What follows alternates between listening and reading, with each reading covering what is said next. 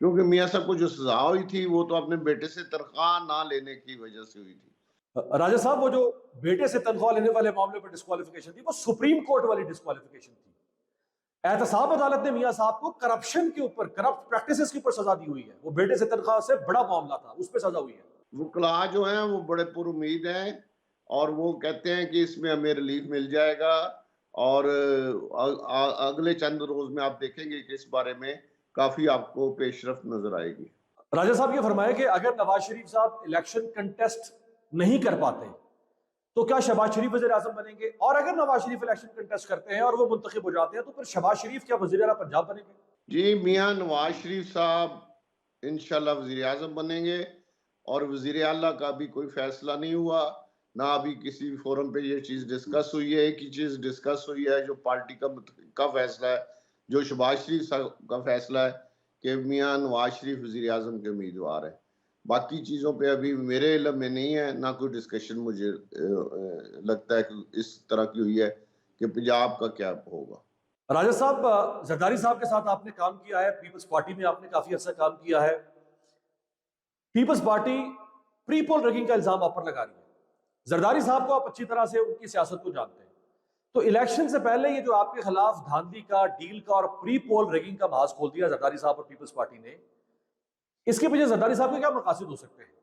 دیکھیں جی، یہ ابھی الیکشن آ گیا ہے اور پیپلز پارٹی کا اپنا منشور ہے، اسی طرح ایم کیو ایم کا اپنا منشور ہے، مسلم لیگ نون کا اپنا منشور ہے، اور کیونکہ ابھی تک پیپلز پارٹی کا اور مسلم لیگ کا کوئی اس الیکشن میں الائنس نہیں ہوا، تو پیپلز پارٹی اور مسلم لیگ نون کا الیکشن میں مقابلہ ہونا ہے، چاہے سندھ ہو چاہے پنجاب ہو، تو ایک دوسرے کے بارے میں بیانات میں اور سختی آئے گی اور تلخی بڑھے گی اور زیادہ تیز جملوں کا استعمال ہوگا۔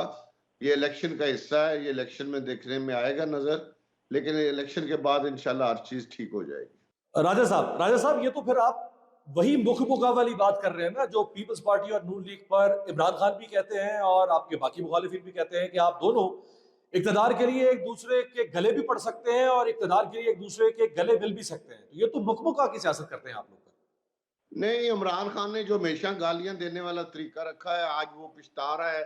آج کوئی سیاسی جماعت اس کے ساتھ کھڑے ہونے کے لیے تیار نہیں، اس کے ساتھ بات کرنے کے لیے تیار نہیں، تو یہ الیکشن میں تلخیاں بڑھتی ہیں اور الیکشن کے فوراً بعد یہ تلخیاں ختم کر دینی چاہیے، اس میں کوئی حرج نہیں۔ ہم بھی اپنے حلقوں میں آج کل ایک دوسرے کے خلاف جب الیکشن شروع ہو جائے گا تو بیان بازیاں ہوں گی، سب کچھ ہوگا، لیکن الیکشن کے بعد ہم ختم کر دیتے ہیں، کیونکہ ہماری کوئی ذاتی لڑائی تو نہیں ہوتی، ایک سیاسی لڑائی ہوتی ہے، اور الیکشن کے بعد اس کو ختم کر دینے میں ہی فائدہ ہے۔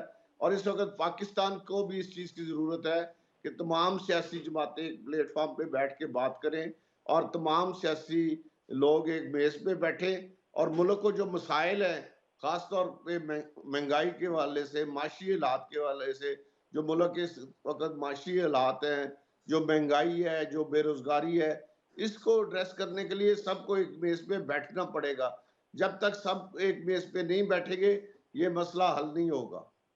راجہ صاحب یہ فرمائے گا کہ مریم نواز آنے والے الیکشن میں کس حلقے سے الیکشن کنٹیسٹ کریں گی، اور الیکشن جیتنے کے بعد، حکومت بننے کے بعد مریم نواز کا اگلی حکومت میں کیا کردار ہوگا؟ جی، وہ الیکشن جہاں سے چاہیں لڑ سکتی ہیں، ان کی مرضی ہے۔ میرا خیال ہے کہ وہ لاہور سے الیکشن لڑے گی، جو محترمہ کلثوم نواز صاحبہ کی سیٹ ہے، اس سے میرا خیال ہے وہ الیکشن لڑے گی۔ باقی ان کی مرضی ہے، پورے پنجاب میں جہاں سے مرضی وہ لڑ سکتی ہیں، ان کے لیے کوئی مسئلہ نہیں ہے۔ راجہ صاحب پی ٹی آئی کے بارے میں پیپلز پارٹی کے کئی سینئر رہنماؤں کا یہ موقف ہے کہ اگر پی ٹی آئی کو الیکشن کنٹیسٹ نہیں کرنے دیا جاتا تو ہم سمجھتے ہیں، یعنی پیپلز پارٹی سمجھتی ہے کہ وہ الیکشن شفاف الیکشن نہیں ہوگا۔ پی ایم ایل این کا کیا موقف ہے اگر پی ٹی آئی کو الیکشن سے باہر کیا جاتا ہے؟ جی، ہم بالکل نہیں چاہتے کہ پی ٹی آئی کو باہر نکالا جائے، پی ٹی آئی الیکشن لڑے، ہم اس کا مقابلہ کرنے کے لیے تیار ہیں، لیکن جو دہشت گرد ہیں، جنہوں نے ہمارے شہید جو ہیں ان کے مجسمے جلائے ہیں، جنہوں نے ہمارے شہیدوں کے مجسمے توڑے ہیں، انہوں نے پاؤں کے نیچے لے کے آئے ہیں، ان کے لیے ہمارے لیے کوئی نرم گوشہ نہیں ہے۔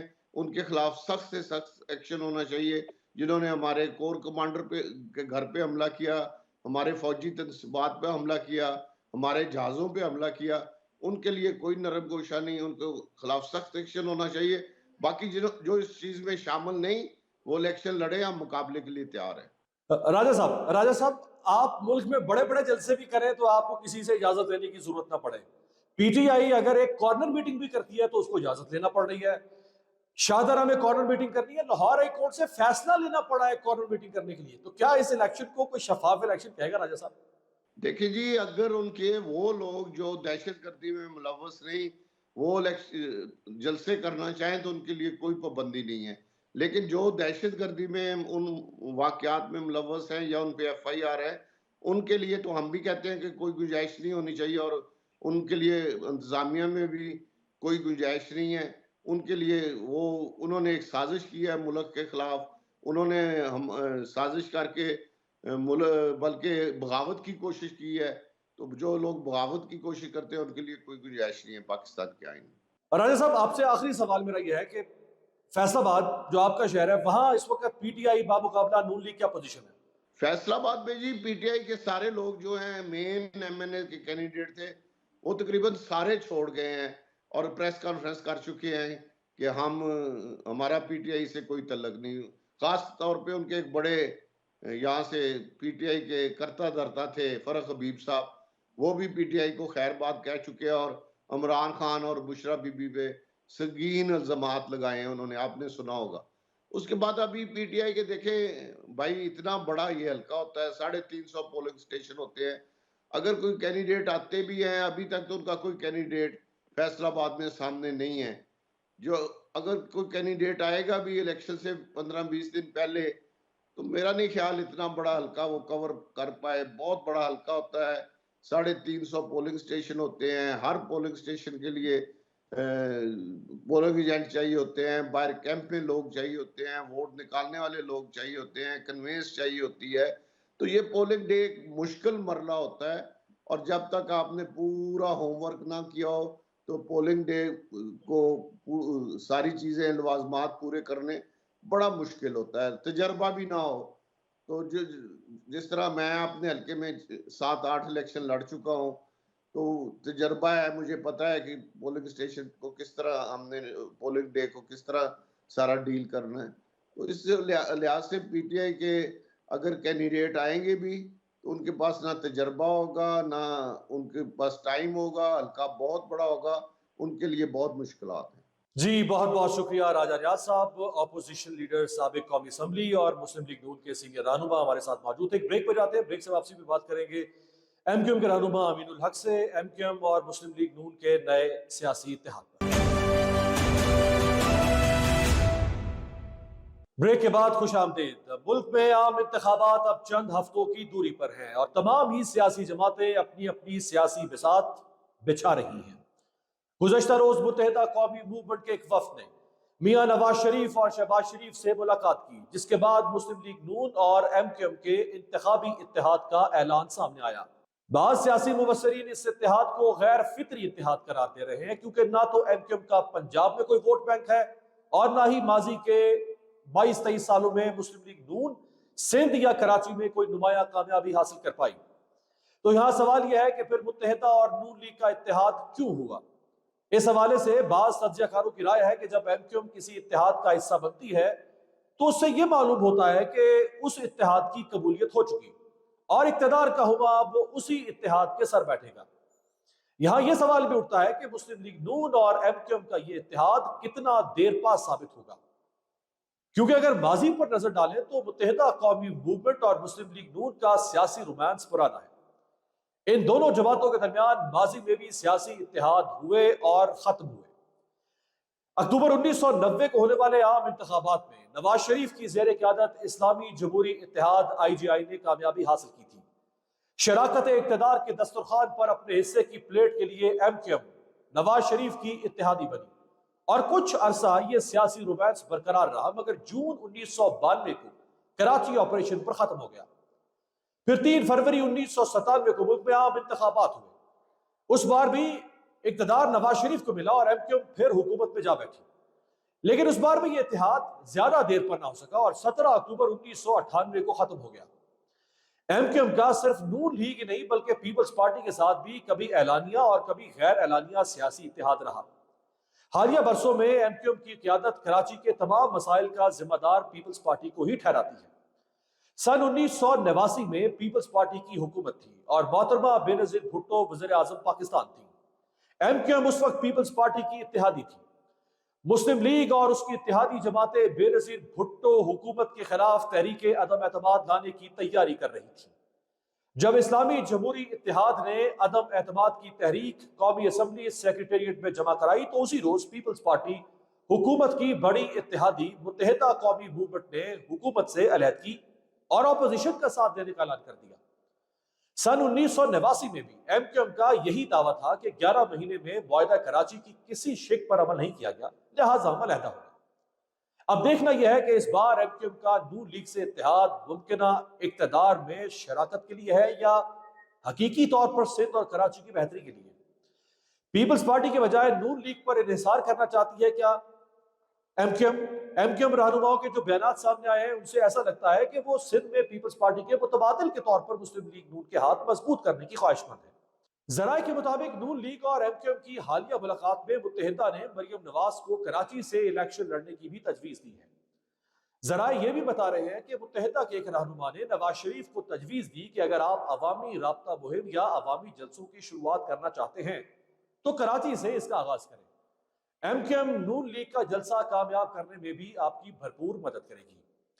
اس پر بات کرنے کے لیے ہمارے ساتھ موجود ہے سابق وفاقی وزیر متحدہ قومی موومنٹ کے بانی اراکین میں شامل امین الحق صاحب۔ بہت شکریہ امین الحق صاحب آپ کے وقت کا۔ امین الحق صاحب، پہلا سوال آپ سے میرا یہ ہے کہ یہ اتحاد یعنی آپ کا اور نون لیگ کا اتحاد کافی غیر فطری اتحاد لگ رہا ہے۔ اس کی وجہ یہ ہے کہ نون لیگ کا ووٹ بینک کراچی اور سندھ میں نہیں ہے، خاص طور پر پچھلے 23 سالوں میں کوئی کامیابی نون لیگ کے حصے میں سندھ یا کراچی سے خاص طور پر نہیں آ سکی، اور آپ کا ووٹ بینک پنجاب میں نہیں ہے، آپ کا ووٹ بینک خیبر پختونخوا میں نہیں ہے، آپ کا ووٹ بینک اس طرح بلوچستان میں نہیں ہے، تو نہ آپ ان کو فائدہ دے سکتے ہیں نہ وہ آپ کو فائدہ دے سکتے ہیں، تو اس اتحاد کی اتنی اہمیت کیوں ہے؟ یہ اتحاد اتنی بڑی خبر کیوں بن رہا ہے؟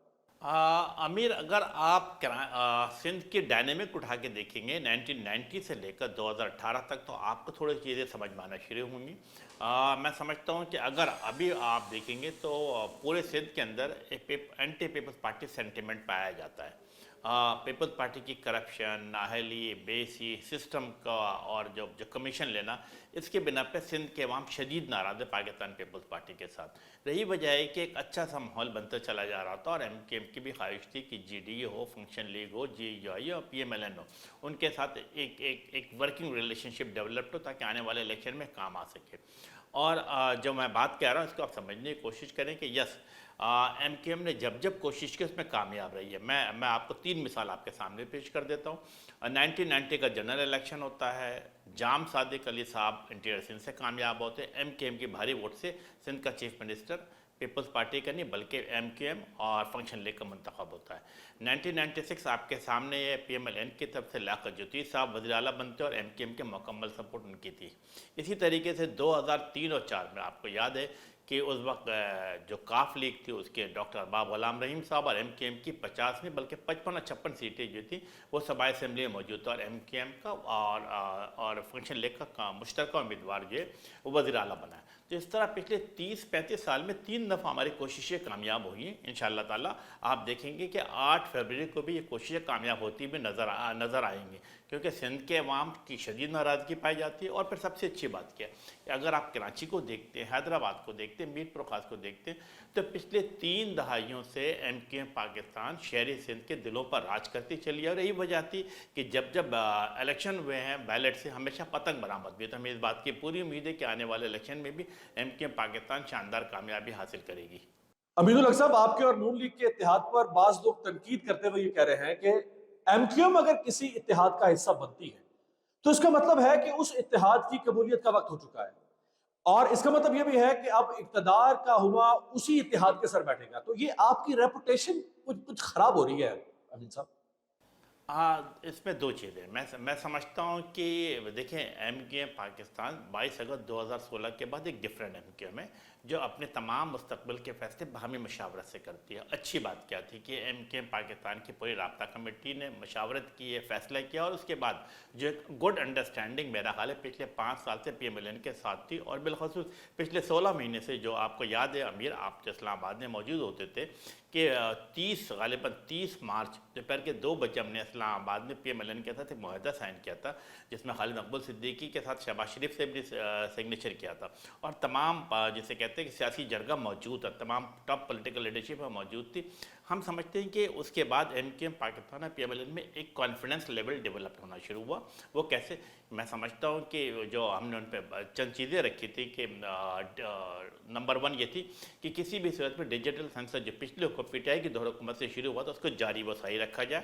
الحمدللہ میرا خیال ہے شہباز شریف صاحب نے اپنے کمٹمنٹ پورا کیا.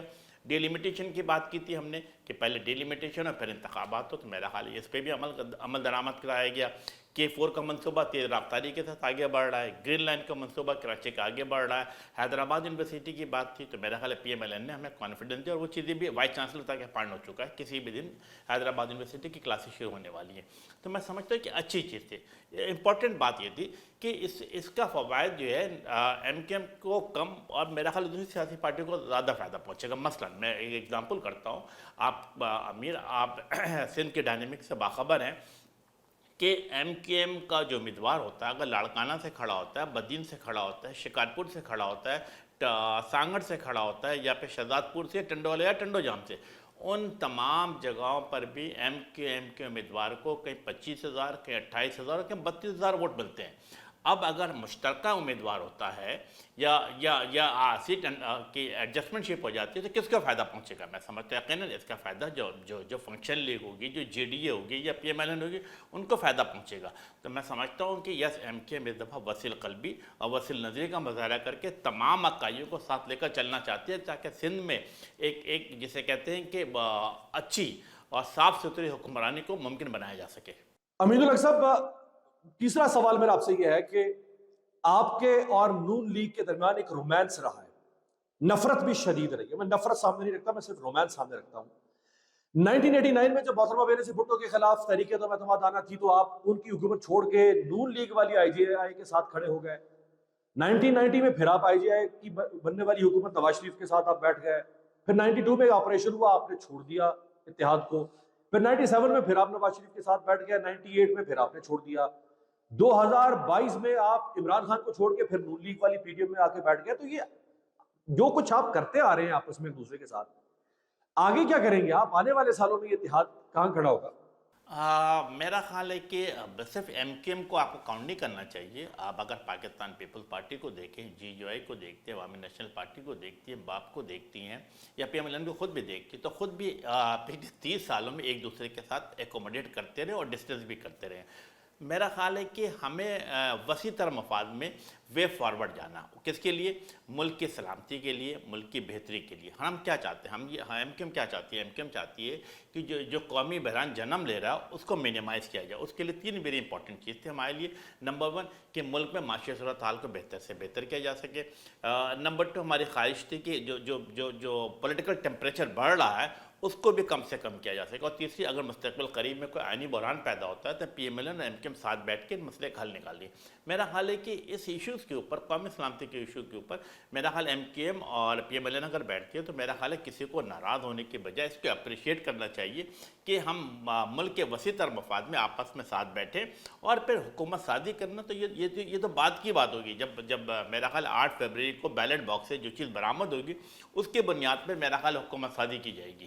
امین الحق صاحب, یہ فرمائے گا کہ جس قسم کے بیانات اس اتحاد کے بارے میں آپ کی جماعت کے رہنماؤں کے آ رہے ہیں, اس سے تو یہ تاثر مل رہا ہے کہ آپ سندھ میں اور بالخصوص کراچی میں پیپلز پارٹی کی جگہ پہ متبادل کے طور پر نون لیگ کو لانا چاہتے ہیں اور نون لیگ کے ہاتھ مضبوط کرنا چاہتے ہیں. دیکھیں, میرا خیال ایسا آئی ڈونٹ نو کہ آپ کس رہنما کے بیان کی بات کر رہے ہیں, لیکن عملاً کیا ہے؟ عملاً سندھ میں کہ شہری سندھ میں ایم کیو ایم پاکستان ہمیشہ پچھلے 3 دہائیوں سے ایک سنگل لارجسٹ پارٹی کے طور پہ ابھرتی چلی آ رہی ہے. اور ہمیں اس بات کی پوری امید ہے کہ 2008 میں یا 2013 میں